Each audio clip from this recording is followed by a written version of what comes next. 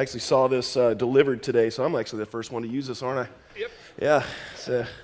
Yeah. I'm the first one to use this thing. All right.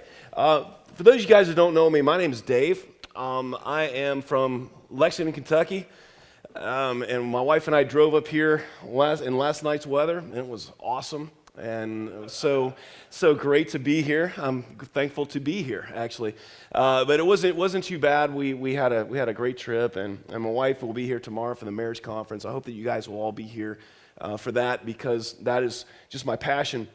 But I'm so glad that I was asked to speak a little bit about at a men's conference, because men's ministry is my passion. I'm a pastor of Catalyst Christian Church in Lexington, and back when I was in youth ministry, I noticed that we had a lot more freshmen and sophomores than juniors and seniors, and especially the young men. As soon as they got their driver's license, it seemed like they were gone. No matter what we poured into them, freshman and sophomore year, they disappeared. And I found out by the senior year, the only young men who were about to graduate high school that were still active in our youth ministry were ones whose fathers were involved. And they were the ones that stayed. And I tracked those young men for the next 10, 15 years, and the ones who had involved fathers, almost every one of them still in church. Some of them are in ministry, they're leading, but they had involved dads. And so I got together a leadership team and I said, we need to do something about this. I'm tired of investing in all these high schoolers, especially the young men, and then watching them go when we need to be reaching the fathers. And so the church that I planted was based on that, on reaching the family through reaching men. And I've been doing that for almost 16 years now. So this is my passion, speaking to men and encouraging men in the Christian faith. Before I get started, I do have to tell you, you have to obligatory joke. I was walking down the street one time, and a guy came up to me, put a knife in my face, said, "Listen, your money or your life." And I said, "I'm married. I have no money and no life."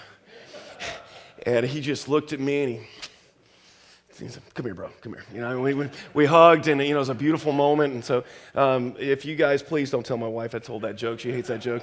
But anyway, so she'll be here tomorrow. But the first I'm speaking twice tonight, and the first one is the thing that I just simply call the 5 changes from boyhood to manhood. In 1 Corinthians 13:11, the Apostle Paul says, "When I was a child, I thought like a child, I talked like a child, I reasoned like a child. When I became a man, I put childish ways behind me." And so the Apostle Paul implies that there are changes that happen from boyhood to manhood that have nothing to do with your age or your physical development, but there are 5 changes that are essential in every man's life. And so I'm going to talk about them today, and I'm going to write them up here on the board if that's cool. So without further ado, change number 1 is the ability to follow through with commitments. Anybody see this? Ability to follow through on commitments. That's change number 1. The important thing that I've found in life is that I'm almost 50 years old. I'm realizing as I have kind of coasted through middle age, I told my wife I'm not old, I'm middle aged. She said, "How many people you know that are 100? I'm like, well, okay, so I'm past middle age, I get it. But what I've found as I've finished my 40s, is that my life is not what I hope it to be. It's not what I wanted it to be. It's not what I project on Facebook or Twitter or anything like that. What my life is the sum total of my commitments. That's what my life is. We got a whole generation of young men trying to find themselves, and they're realizing they don't have a self to be found. They have a self that's waiting to be created. And you create your life through what you commit yourself to. I'm realizing that all the things that I bear right now as a man are the things that I've committed myself to. I'm a pastor. I've committed myself to the ministry. I'm a husband. I've committed myself to my wife for 27 and a half years. I'm a father. I've committed myself to my children, my 4 children. I am a musician. I've committed myself to following through with playing music, things like that. My life is the sum total of the commitments that I've made, and the same is true with you. What your life is the sum total of the commitments you've made. And that's why so many men have trouble in middle age and older age, as they realize they've committed to nothing. They haven't followed through with any commitments. They've dropped the ball on everything they've committed themselves to. They're the rocky soil. They've sprung up quickly and faded away. And therefore, they've reached middle age in their 40s and beyond, and they realize they have no life. And that's why the midlife crisis happens, because they have no commitments, and therefore they have no life. So the ability to follow through with commitments is the first change that has to happen for us to move from being boys to being men. If you cannot follow through with commitments, you will find that you have no life, because you are the sum total of your commitments. Please never forget that. And please tell the young people in your life, the young men especially, that if your life isn't waiting to be found, you can't find yourself. You create yourself through what you commit yourself to. The second change that needs to happen, guys, is the ability to delay gratification. To delay gratification. Dave Ramsey says it best. He says, children do what feels good. Adults devise a plan and stick to it. Ability to delay gratification. Everybody knows what gratification is. But the best story of this is in the Bible. It's the story of Jacob and Esau. How many younger brothers in here? Any younger siblings in here? Okay, you are. Everybody else is a firstborn. Who are the older, like the oldest in your family? Okay, all right. This story's not kind to you all. And this is like the one time that we younger brothers, I've got an older brother, I'm the youngest. This is the one time we win. And it's beautiful because we never win. You'll always beat us in everything, okay? But in Genesis chapter 25, 29 through 34, says this: once when there were 2 brothers. Esau was the oldest, Jacob was the youngest. Once when Jacob was making some stew, Esau came in from the open country famished. He said to Jacob, "Quick, let me have some of that red stew. I'm famished." Jacob replied, "First sell me your birthright."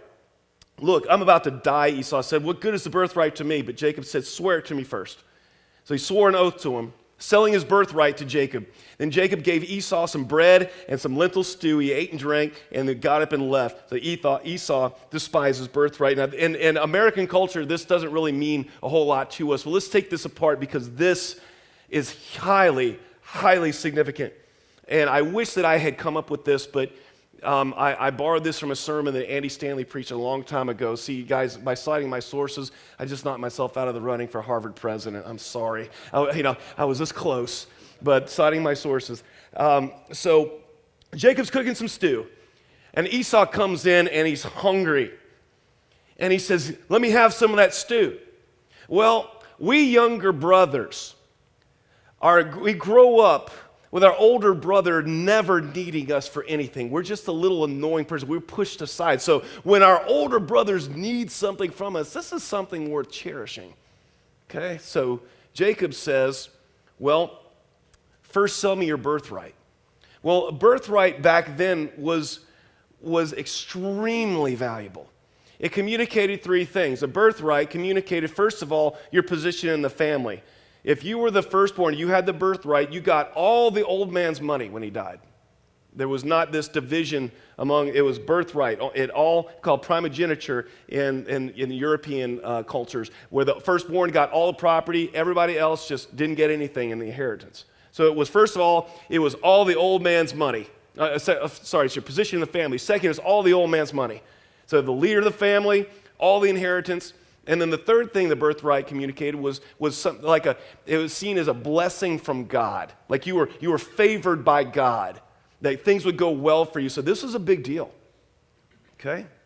So what Jacob's asking for is position in the family, leadership in the family, all the old man's money, and 3, blessing from God. Now, what fool would sell that for a bowl of stew? The answer is, you would. I would too. provided it's the right bowl of stew. See, guys, what happens in your mind, and it's really important to know this, there are two things that happen in your mind when an appetite is stoked, whether it's food, whether it's sex, whatever it is. When an appetite in you is stoked, there are two things that happen in your mind that you need to know about. The first thing is a thing called impact bias. Oops. It's called impact bias. Impact bias is where your brain begins lying to you, and it promises that whatever has stoked your appetite will give you more satisfaction than it actually will. This explains buyer's remorse. You're on a car lot, you're kicking tires, you see this awesome piece of machinery, you got to buy it, and then all of a sudden the next day you walk out to the garage and you're like, what the heck did I do? Well, impact bias. You love the car, so your brain began lying to you, promising that when you drove this thing, you would be 30 years younger with a full head of hair. Okay? That all of a sudden people would part and sing how great thou art when you drove down the street, that kind of thing. That's what impact bias does. It begins lying to you. And so that impact bias, when you see an attractive girl, you see something in the store to buy, impact bias happens where the object of your affection begins, it kind of swells up and it promises to deliver more than it actually does. The second thing that happens is a thing called focalism. Focalism. And when focalism happens, the rest of everything else blurs out. You wonder how men can commit adultery when they have how many pastors, where they have churches, where they have wives, where they have children, where they have everything on the line, and they just sacrifice it all for an adulterous affair. Well, focalism blurs the family, blurs your profession, blurs everything else. You can't see it. So impact bias makes this deliver so much more than it actually does, and focalism blurs everything else so you can't see it. This is what happens whenever you're tempted. Okay? And look what happens. Esau says this. You can tell it's going on because he says, first selling birthright, and then Esau says, look, I'm about to die. I mean, can you feel the teenage angst? I'm about to die. This is like what happens when you take your kids' phones away from them. I'm about to die. Well, Esau, you walked in here. You're probably not going to die. What is going on right now is an appetite of yours is being stoked. And this is what's going on. And he says, what good is a birthright to me? And Jacob says, swear to me first. And Jacob gave Esau some bread and some lentil stew, ate and drank, got up and left. See, guys, children will go for whatever makes them feel good in the moment. And I know some men that will go for whatever makes them feel good in the moment. Okay? Make sure that when you impact bias and focalism, when an appetite is stoked, you realize your brain is lying to you. And Esau, it is so sad because I wish I could go back to that moment. And I wish that I could just kind of time warp into this moment and say, Esau, hang on. Don't do this. Because in your future, there's going to be, one of your descendants is going to have a dream. And God is going to approach him and say, I am the God of your fathers, Abraham, Isaac, and Esau. This is who I am. This is one of your descendants. And then you go forward about 1,000 years, there's going to be a little baby born in a town called Bethlehem, and in the line of he's going to be the Son of God, and in the line here is going to be your name. You're going to be in that line. They will come. Your line is going to bring forth the Messiah. Your line is going to be so honored that will bring forth the Son of God. Listen, don't do this. But it doesn't say the God of Abraham, Isaac, and Esau, does it? It says that I am the God of Abraham, Isaac, and Jacob. Esau cut himself out of his family tree, and I wonder how many of you all have ancestors that have cut themselves out of your family line, of your story. How many of you all are still feeling the burden of family mistakes 2 and 3 generations ahead of people who traded their birthright, traded their position in family, traded their wealth, traded their blessing from God for a bowl of stew? Maybe it was an adulterous affair. Maybe it was a theft. Maybe it was jail. Maybe it was an addiction. I don't know. But you guys know exactly what I'm talking about. The ability to delay gratification is one of the changes that has to happen as we move from boyhood to manhood. Able to see that it's just a bowl of stew and keep your eyes on the prize. All right, the third change is this. These two, those are good, but these next three, they're my favorite. The ability to sacrifice for a greater purpose.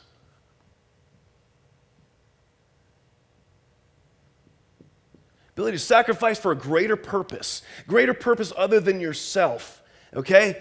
Now, this is one of my favorite movies is We Were Soldiers with Mel Gibson. Anybody seen that movie about Vietnam, about the Drang Valley and the Air Cavalry? Okay, there's a big, huge moment, two big moments. One is as helicopters come to the Drang Valley, it shows Mel Gibson, who's the colonel. It shows the landing gear, and it shows him first on the battlefield.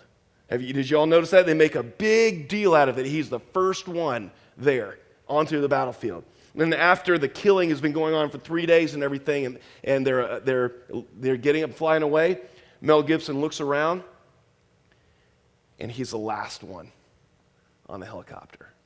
Big, huge deal showing the leadership. Okay, I was challenged by an older gentleman in my life when I became a father for the first time in 1999, first-time father. He looked at me and he said, David, every man has this much demanded of him every day, and every man has this much time. And he said, you're going to have to choose what gets cheated. You're going to have to choose who gets cheated. You have this much demand. Every man does, every day, have this much demand and this much time.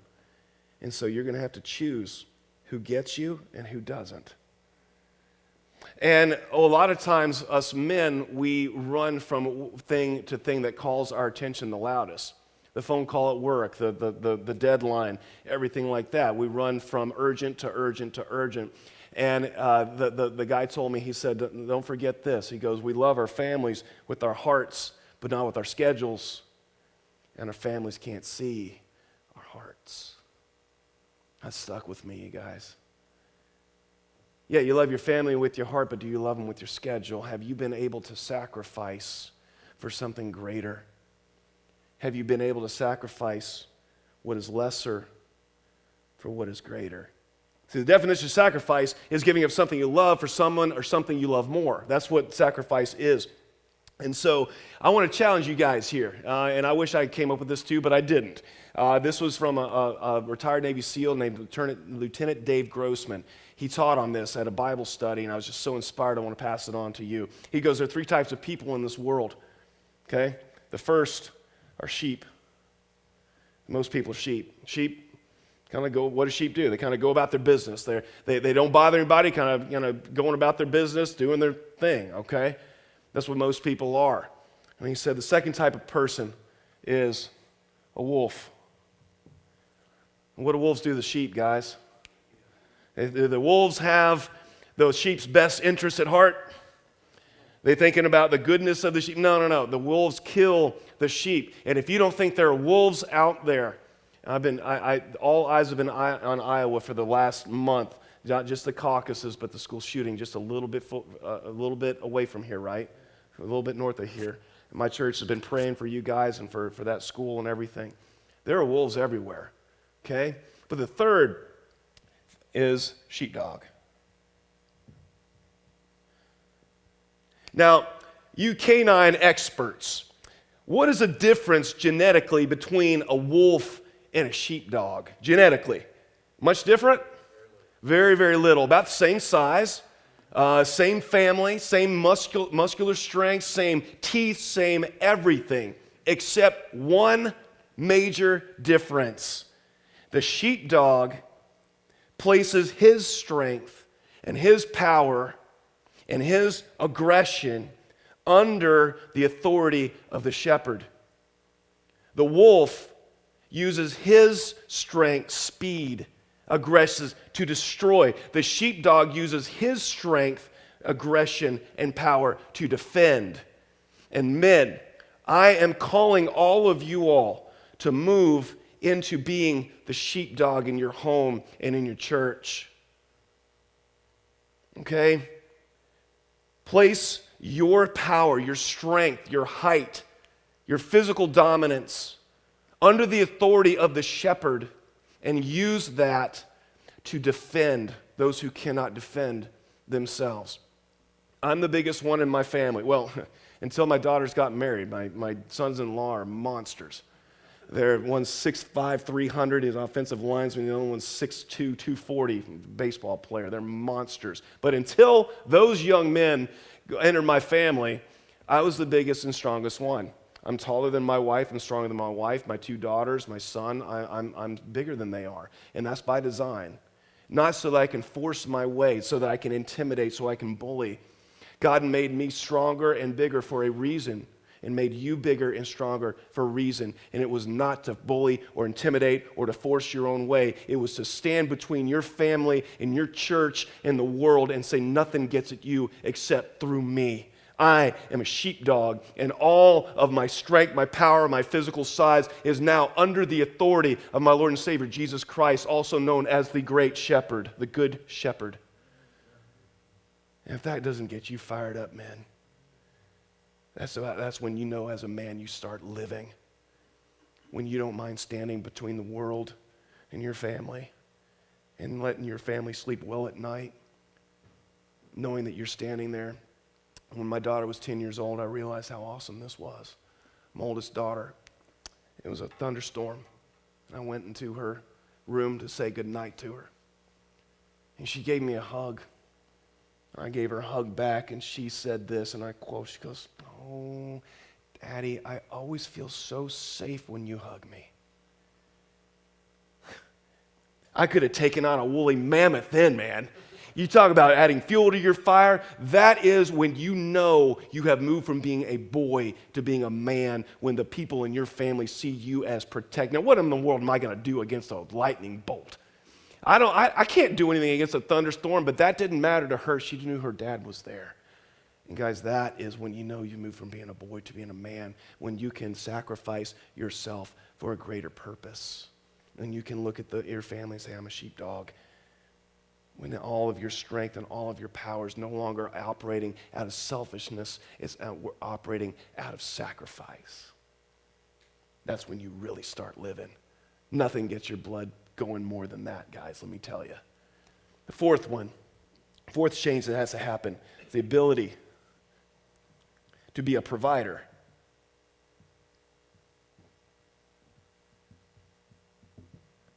To be a provider. See, guys, I don't know, how many of y'all have kids? You have kids, fathers in here? Okay, all right. Well, even if you don't have kids, you were a kid once, okay? Let me tell you how it works if you don't have kids. Your kids leave the lights on all the time. My grown kids, my oldest daughter's 24 years old, they were home for Christmas, they left all the lights on. Okay, I don't know why they do that. They refuse to act like adults in my house. They turn off the lights in their house, but they use heat, they use air conditioning, they take long showers, they charge their phones at your expense, they leave the lights on. Okay? That's what you do when you're a child. When you're a child, you are a taker. You're a consumer. Well, that's perfectly fine because that's the way God designed it, right? When you were a child, you were a taker. When I was a child, I was a taker. I took more from the family and from the church and from the world than I put back in. And the thing is when you get to be an adult, that has to change. You have to move from being a taker to being a provider, from being a consumer to being a producer. As a man, we always put in a lot more than we take out. That is what it means to be a man. We pay bills, we earn money that we never get to spend. Other people spend it. We provide for a house that other people live in free of charge. That is what it means to be a man. You be a provider.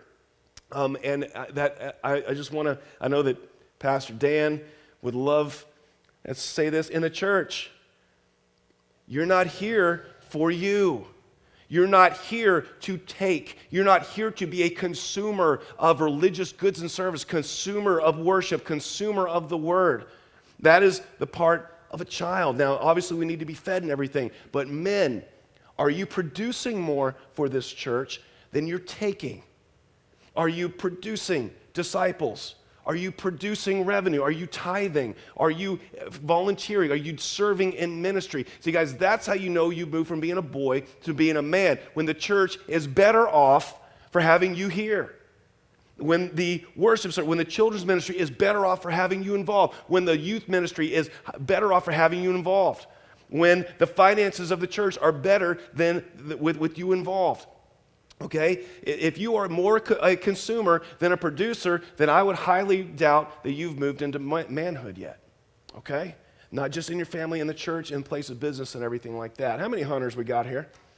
I am so upset that Dan did not schedule this meeting during deer season. Okay?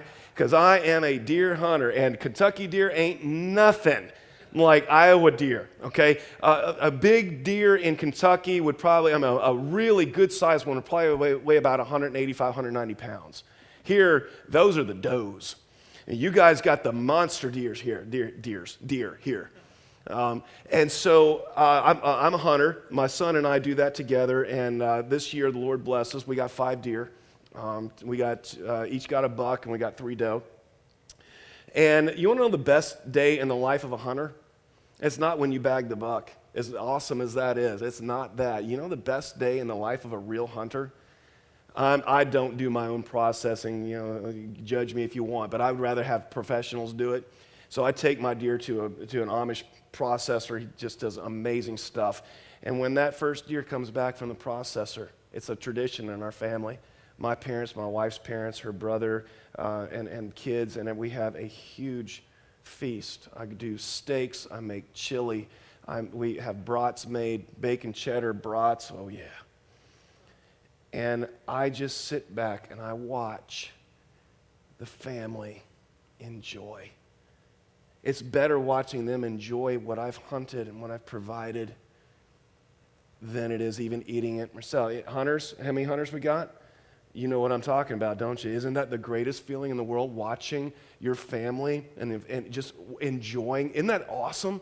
So it's the greatest day in the world. See, guys, it's so much more satisfying watching what you have provided for people. But children don't think along that line. Only men think along those lines.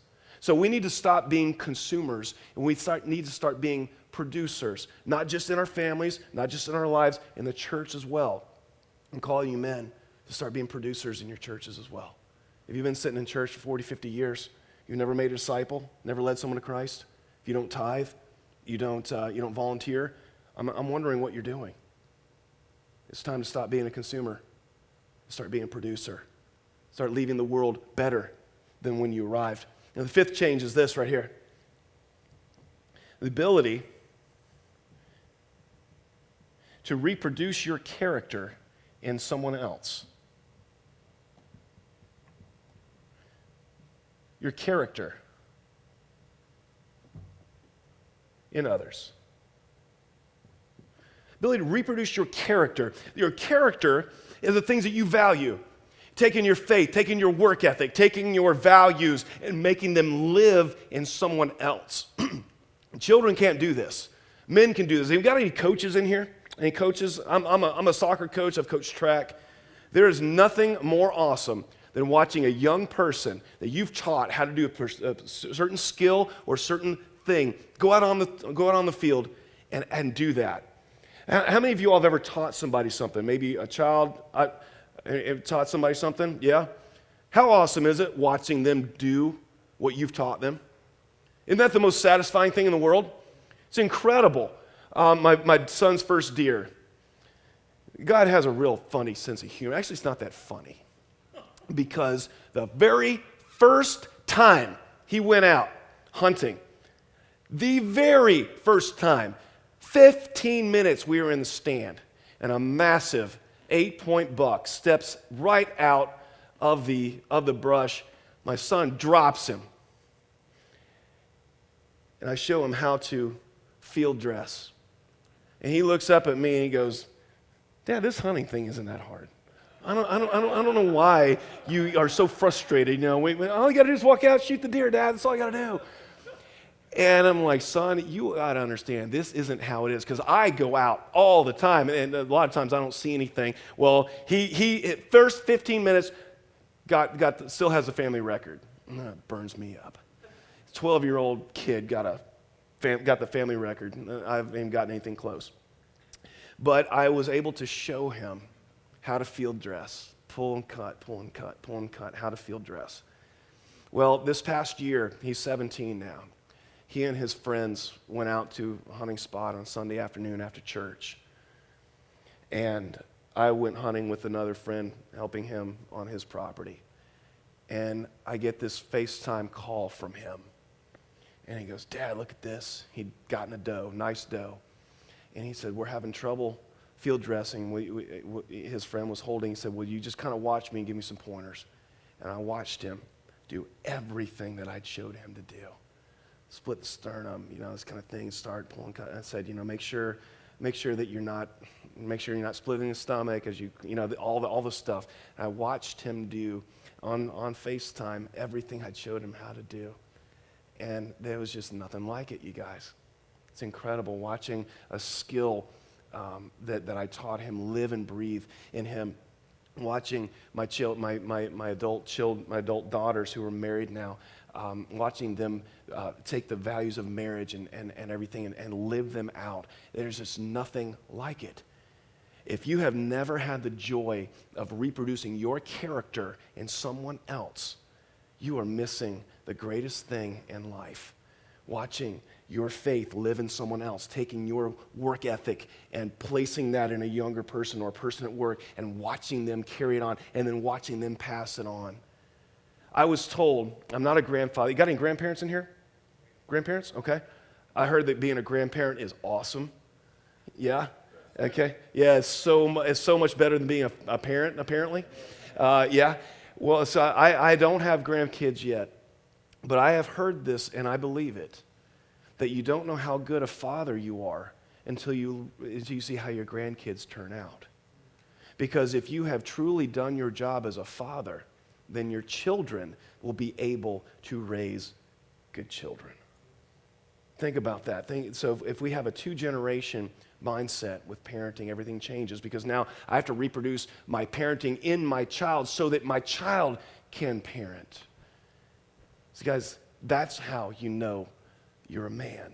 Not because you're 50 years old or 75 years old. It's when you've made these 5 changes. The ability to follow through on commitments. Remember, your life is nothing but the sum total of your commitments. And if you have not made any commitments, you have no life. And that's where a lot of our 20 and 30-year-olds are right now, because they're eschewing commitments. They're not getting married, not having children. They're bouncing from job to job to job. You know what's going to happen when they hit 40? They're going to be lost. Midlife crisis. Okay? Ability to follow through with commitments. If you've committed to your church, stay there. If you've committed to your wife, stay there. If you committed to fatherhood, stay there. Follow through with your commitments, because that is a mark of a man. Second, ability to delay gratification. Guys, Satan is going to dangle all types of bowls in front of you, whether it's bowl stew, whether it's the lady down the street, whether it's a tempting investment that you know is not good, whatever it is. Ability to delay gratification, to give up what you want most, give up what you can have now for what you want most. Okay, the ability to delay gratification. Third, the ability to sacrifice for a greater purpose. Become the sheepdogs your family, your church, your community needs you to be. Sacrifice yourself for a greater purpose. The ability to be a provider. Put in more than you take out of this life. And 5, the ability to reproduce your character in others. You guys ever dream, this will sound very weird, but I've got a point to it. Do you guys ever dream or envision the day of your death? Of how you're going to die? It's kind of a morbid thought, isn't it? But there's a point to it. You ever envision that day? Ever think about that day? All four of my grandparents, I love them dearly. All four of them had Alzheimer's and dementia, or some form of dementia, when they died. And they died a long time before they died, guys. They didn't recognize, they didn't recognize me, and they died probably 3 years before they actually died. Anybody had parents or grandparents, you've dealt with that? Yes, it's real ugly. And so I told my wife that because I have such a high chance of that, because all four of my grandparents, I told my wife I don't want to go out like my grandparents did. I want to go out with my boots on. I don't want to die in a hospital bed, not recognizing anybody. That's not how I want to do this. Y'all want to know what I've been dreaming about since I was a kid? And this sounds so, and most men are this. I would love to die sacrificing myself for someone else. I am the guy. I admit it. I would love to rush into a burning building and be the guy who saves the kids and dies in the fight. I would love to do that. I would love to be the guy that, if there's an infant in the road, go save the infant and get hit and be that. I don't know if you guys have ever had that dream. I know I have. And I wrote that off as kind of childish fantasy and all that kind of stuff. And yet, whose image are you made in? Made in the image of God. So therefore, we have the characteristics and desires of God. Well, how did Jesus die? Jesus died sacrificing himself for other people, didn't he?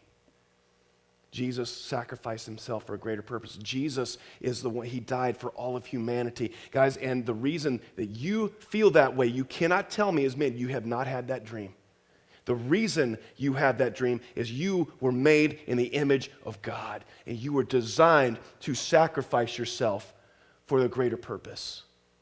That's placed in your heart. That is your story because you are made in the image of God, and therefore you desire the things of God.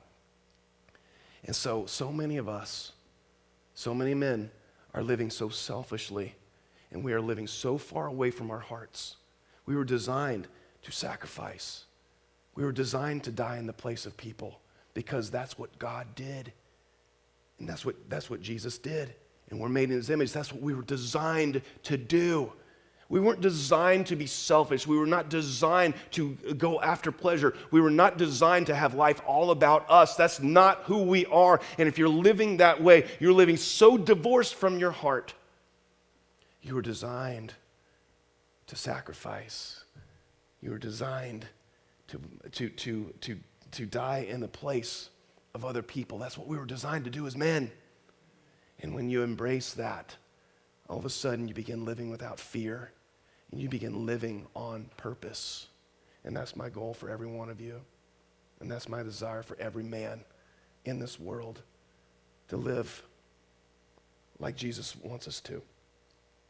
You guys are awesome. Thank you very much. Let me pray for you. Heavenly Father, I want to thank you for this group of guys. I want to thank you for your word and your inspiration. God, you are my hero. Jesus, you are my hero. You are everything I ever wanted to be. And the way that you lived so powerfully. You lived so on purpose. You called us to stuff that so few people ever call us to. You believed in us so much that you call us to be better than we ever thought possible. And I love that about you. Lord, for all the men in here, I pray that if these 5 changes not been made in their lives, Lord, you give them the power and the strength and the understanding to do it. And Lord, I pray that the people around us would be better off for us being in their lives. Lord, we love you. In the name of Jesus, we pray. Amen. Thank you.